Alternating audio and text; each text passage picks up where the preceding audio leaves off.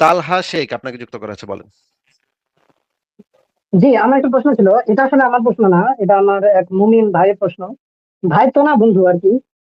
ওর প্রশ্ন হচ্ছে যে, এই যে তোরা মানে বাহাত্তর হুটুর বলিস, আমাদের নাকি বাহাত্তর হুটুর দেবে, এগুলা কি আসলে এই কোরআন কিংবা সহিহ হাদিসে আছে কিনা? কোরআনে তো পরিষ্কারভাবে বলা আছে উন্নত বক্ষা হুরিদের কথা বলা আছে, মানে বড় বড় স্তন, স্তনের হুরি দেওয়া হবে, এটা বলা আছে।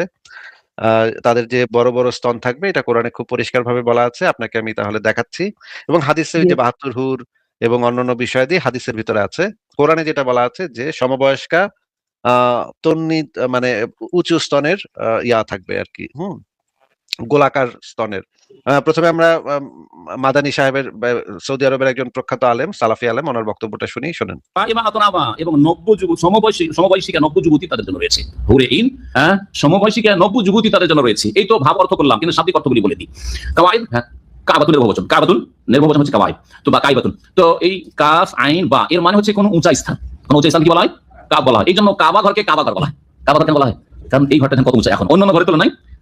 যেই সময় কাবা নির্মিত হয়েছিল, আর যখন মক্কাতে অন্যান্যদের ছোট ছোট কোণে ঘর ছিল 1400 বছর আগে, তখন কাবার যেহেতু উঁচা, এরকম ঘর ছিল না, কত উঁচা দেওয়া দিচ্ছে না? জি হ্যাঁ, এই যে কাবাকে কাবা বলা, এটা একটা দিক। দ্বিতীয় দিক, কাবা মর্যাদার দিক থেকে এটা হচ্ছে সুউচ্চ ঘর। মর্যাদার দিকে এটা হচ্ছে সুউচ্চ ঘর, সেজন্য কাবাকে কাবা বলা হয়। আচ্ছা, আমাদের টাকনাকে কি বলা হয়? এই কাব বলা হয়। জানা না কেন টাকনা কোনটা? এই যে পায়ের দুই সাইডে যে উঁচা হাড়ি, এই সাইডে বেড়ে আছে, আর এদিকে দুই সাইডে যে উঁচা আছে, আপনার ডান দিকে বাম দিকে দেখবেন। যখন উযু করছেন, উযুতে কতটা পা ধুতে হবে, আল্লাহ বলেন আরজুলাকুম ইলাল কাবাইন, তোমাদের পাগুলিকে ধৌত করো।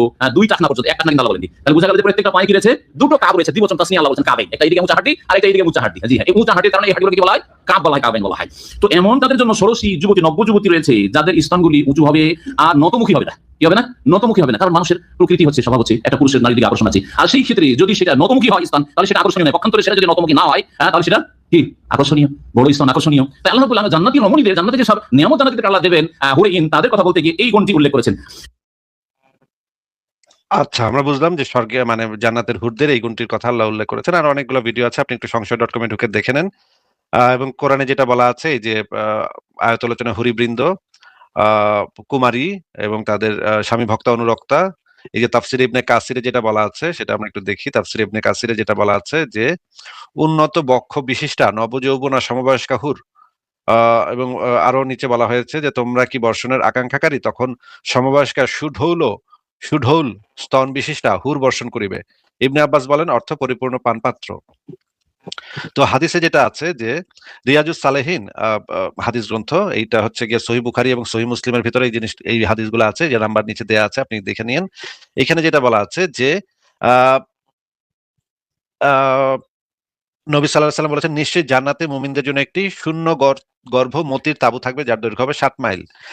এর মধ্যে মুমিনদের জন্য একাধিক স্ত্রী থাকবে, যাদের সকলের সাথে মুমিন সহবাস করবে। মানে সহবাস যে করবে, এটা এই হাদিসে লেখা আছে। পরের হাদিসে দেখি আমরা, তিরমিজি শরীফ, ইসলামিক ফাউন্ডেশন, হাদিস নাম্বার হচ্ছে 1669। এখানে বলা হচ্ছে রাসূলুল্লাহ সাল্লাল্লাহু আলাইহি ওয়াসাল্লাম বলেছেন, আল্লাহর কাছে শহীদদের জন্য রয়েছে ব্লা ব্লা ব্লা। নিচে বলা হয়েছে 72 জন আয়তলোচন হুরের সাথে তার বিবাহ হবে, আর 70 জন নিকট আত্মীয় সম্পর্কে তার সুপারিশ কবুল করা হবে। এই যে 72টা এটা যে এটা কি হুরি, সহিহ হাদিস?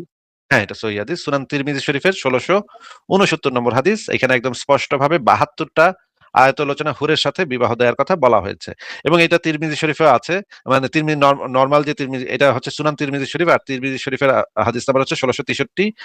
আর হচ্ছে গিয়ে এটা একটা সহিহ হাদিস।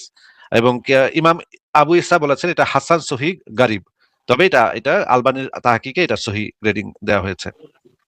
তিরমিজি শরীফের 1663 নম্বর, এই যে এটা হচ্ছে তাহকিকৃত, আল্লামা আলবানির তাহকিকে এটা হচ্ছে 1663 নম্বর। এখানে বলা হচ্ছে তার সাথে টানা টানা আয়াত আলোচনা 72 জন জান্নাতি হুরকে বিয়ে দেওয়া হবে এবং 70 জন নিকটাত্মীয়ের জন্য তার সুপারিশ কবুল করা হবে। এটা হচ্ছে 72, 70, 72টা হুরের মানে এবং জিহাদিদের জন্য এবং মুমিনদের যে যৌন শক্তি থাকবে সেই বিষয়ে পরিষ্কারভাবে বলা হয়েছে যে এটা একটা হাসান হাদিস, হাসান সহিহ হাদিস। তিরমিজি শরীফের 2538 নম্বর, জান্নাতবাসীগণের সঙ্গমের বিবরণ। নবী সাল্লাল্লাহু আলাইহি সাল্লাম বলেছেন, জান্নাতে প্রত্যেক মুমিনকে এত এত সঙ্গম শক্তি দেওয়া হবে। বলা হয়, ইয়া রাসূলুল্লাহ, তা কি করতে সক্ষম হবে? তিনি মানে মোহাম্মদ বলল, তাকে তো 100 জনের শক্তি দেওয়া হবে, মানে 100 জনের যে সঙ্গম শক্তি, এক একজন পুরুষকে সেই সঙ্গম শক্তি দেওয়া হবে, এবং তারা মানে মাসের পর মাস মনে করেন টানা মানে মানে করতে থাকবে আর কি। হ্যাঁ, তো আমরা এই বিষয়ে একজন হুজুরের বক্তব্য একটু শুনি, দেখি উনি কি বলে। ঠিক এরকমই ফেরেশতারা বলবে, শুধু মনে মনে বলেন, এবার বলবে মনে মনে বলবে, আল্লাহ আমি ওই নারীকে চাই। ওই নারী দৌড়াই আইসা আপনার হাত ধইরা বলবে, চলো তোমার বাড়ি যা। এবার বাড়িতে যায় কি করবেন? ছোট বাচ্চারা আছে, তগলেকে সবকিছু ভাঙ্গা কম যায় না, বিপদে পড়ছি। এই জন্য বড়দেরকে একটু বোঝানোর জন্য বলতেছি, ইঙ্গিতে বুঝা নিয়েন। ওই নারীকে বাড়িতে নিয়ে যাওয়ার পরে আপনি কি খালি ছায়া থাকবেন? ঋষি রে তুমি কত সুন্দর রে, খালি ছায়া থাকবেন? না না না, শুধু তাকায় থাকবেন না, ইঙ্গিতে বুঝা নিয়েন। আল্লাহ বলবেন, বান্দা কয় মিনিট চাস? আপনি বলবেন, আল্লাহ দুনিয়াতে 5 মিনিটই পারতাম না, এখন তুমি যা দাও আলহামদুলিল্লাহ, 5 ঘন্টা দিলে তো ভালোই হয়। আল্লাহ বলবেন, না না না, 5 মিনিটেরও দরকার নাই, 5 ঘন্টারও দরকার নাই, 5 দিনেরও দরকার নাই, 5 সপ্তাহেরও দরকার নাই, 5 মাসেরও দরকার নাই, 5 বছরেরও দরকার নাই, 500 বছরেরও দরকার নাই, 5000 বছরেরও দরকার নাই। একজন বিবি সাহেবের সাথে 52,000 বছর পর্যন্ত সময় লাগাবি, তোদের শরীরের মধ্যে কোনো দুর্বলতা আসবে না। 52,000 বছর পর্যন্ত সময় লাগাবি, কোনো দুর্বলতা আসবে না। 52,000 বছর পরে করে দিলাম করে, না না না না, ওইভাবে না। 52,000 বছর পরে আপনার শরীরে দুর্বলতা আসবে, বুঝছেন তো? বুঝছেন তো আলহামদুলিল্লাহ। বড়রা বুঝছেন তো আলহামদুলিল্লাহ। 52,000 বছর পরে শরীরে দুর্বলতা আসবে না, প্রশ্নই আসে না।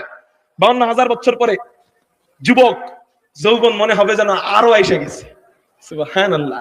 আরে 5 মিনিটের পিছনে ছুটি, অথচ 52,000 বছরে আমরা লাথি দিয়ে ফেলাই দিছি, ঠিক না ঠিক? কোনটা দরকার?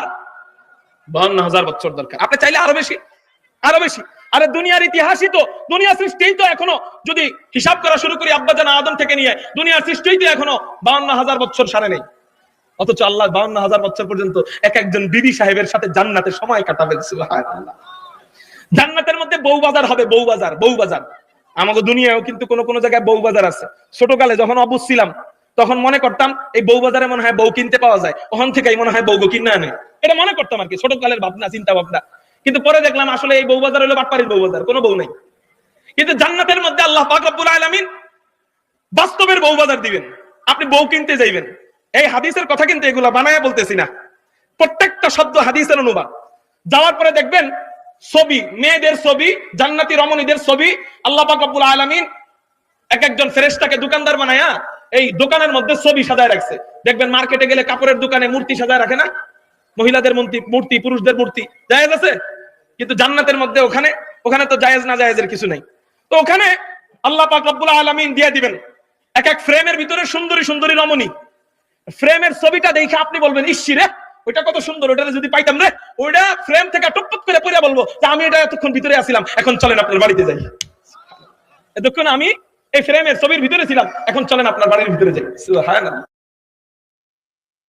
তো এইটা, এই যে এই বিষয়ে অনেকগুলা দুর্বল হাদিস আছে, যে এই দুর্বল হাদিসগুলা যদি আপনি একত্রিত করেন তাহলে দেখবেন যে অনেক কিছু দেওয়া হবে, এই দেওয়া হবে, সেই দেওয়া হবে, গেলমান দেওয়া হবে। হ্যাঁ, তারপরে জান্নাতি হুরিদের বিস্তারিত বিবরণ একটা বই আছে, এই বইটা আপনি পড়তে পারেন, কারা জান্নাতি কুমারীদের ভালোবাসে। এই বইটা অনলাইন থেকে ডাউনলোড করে পড়তে পারেন। এটার ভিতরে আরো বিস্তারিত বর্ণনা আছে। একটু মনে করেন হাসান হাদিস বা একটু দুর্বল হাদিস, অনেকগুলা দুর্বল হাদিসের ভিতরে এই জিনিসগুলা, তাদের মানে শরীরের যে বর্ণনা, তাদের যে মানে কোমর কিরকম হবে, পেছনটা কিরকম হবে, উপরে কিরকম হবে, নিচে কিরকম হবে, তাদের সাথে কয় বছর ধরে আপনি আহ মানে করতে করতে পারবেন, মানে একেবারে চটি সাহিত্য, একেবারে চটি সাহিত্য। তো আপনি পড়তে পারেন।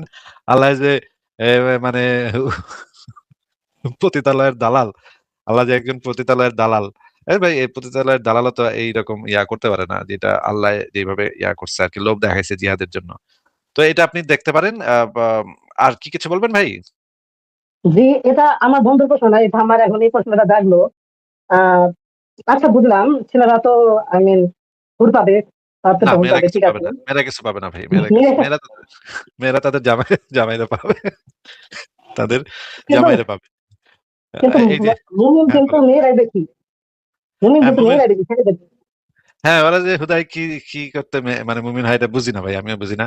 তো এখানে এখানে যে এই যে এই বিষয়ে ফতোয়া আছে, এই বিষয়ে যে ফতোয়াটা আছে, ফতোয়াটা আরাকানুল ইসলাম, এটা হচ্ছে শেখ সালেহ আল উসাইমিনের যে ফতোয়া। জিজ্ঞেস করা হয়েছিল জান্নাতে পুরুষদের জন্য হুর থাকার কথা বলা হয়েছে, প্রশ্ন হলো মহিলাদের জন্য কি আছে।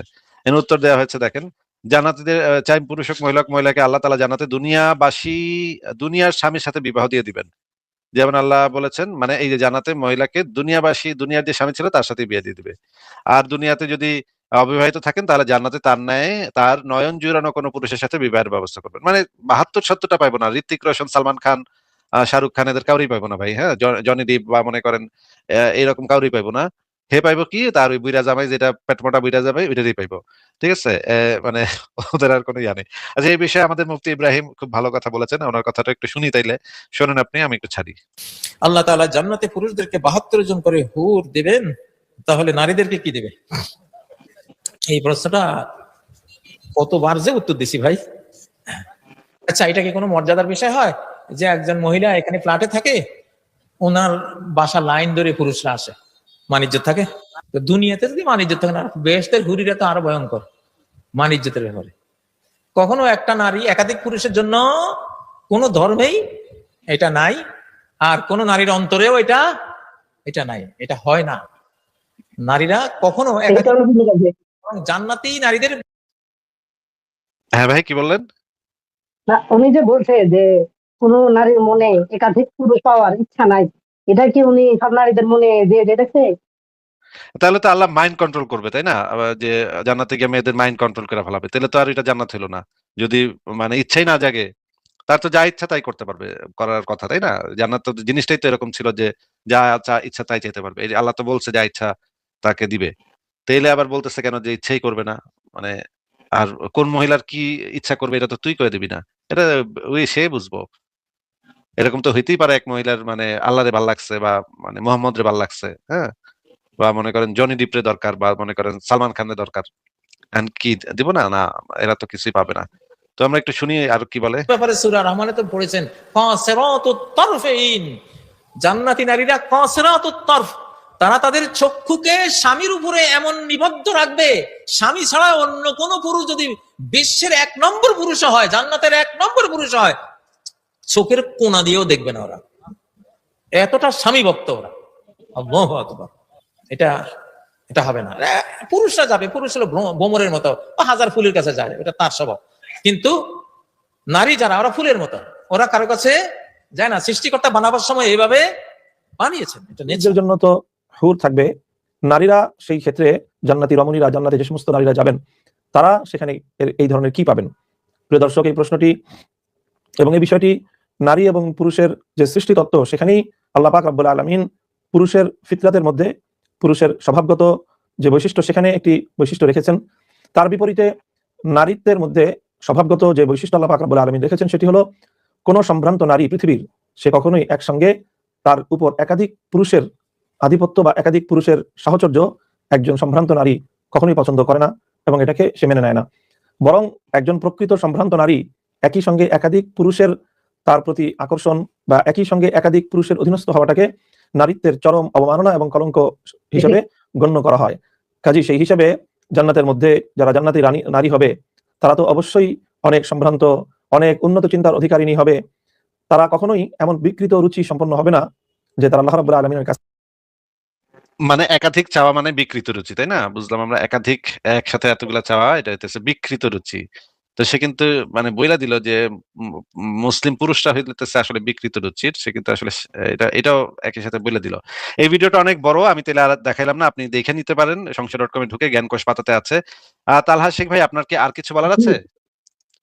জি, এই হুজুর তো আমি এনার নাম বোধহয় কি জানি ভুলে গেলাম। ইনি তো নিজের কথা নিয়ে রেকর্ড খেয়ে গেল। তিনি যে বললো কর্তৃত্ব, তার মানে কি ইসলাম নারীদের উপর পুরুষদের কর্তৃত্ব দিছে? তো নিজের কথা নিজেই ধরা খেয়ে গেল। হ্যাঁ, সেটা তো দিচ্ছে, কিন্তু জান্নাতে তো কর্তৃত্ব থাকার কথা না। জান্নাতে তো যে মানে সবাই ইয়া থাকার কথা, রাজা বাদশা থাকার কথা। কিন্তু জান্নাতে গিয়ে দেখা যাচ্ছে যে পুরুষেরই কর্তৃত্ব থাকবে, নারীর সেই কর্তৃত্ব থাকবে না। মানে না, মেয়ে মানুষ পৃথিবীতেও বাটের উপরে, জান্নাতে বাটের উপরে। ঠিক আছে ভাই, তালহা ভাই, তাহলে আপনাকে আজকে আমরা বিদায় জানাই। জি। ঠিক আছে, ভালো থাকেন। তাহলে আপনাকে বিদায় দিলাম, পরে আবার কথা হবে আপনার সাথে। পরের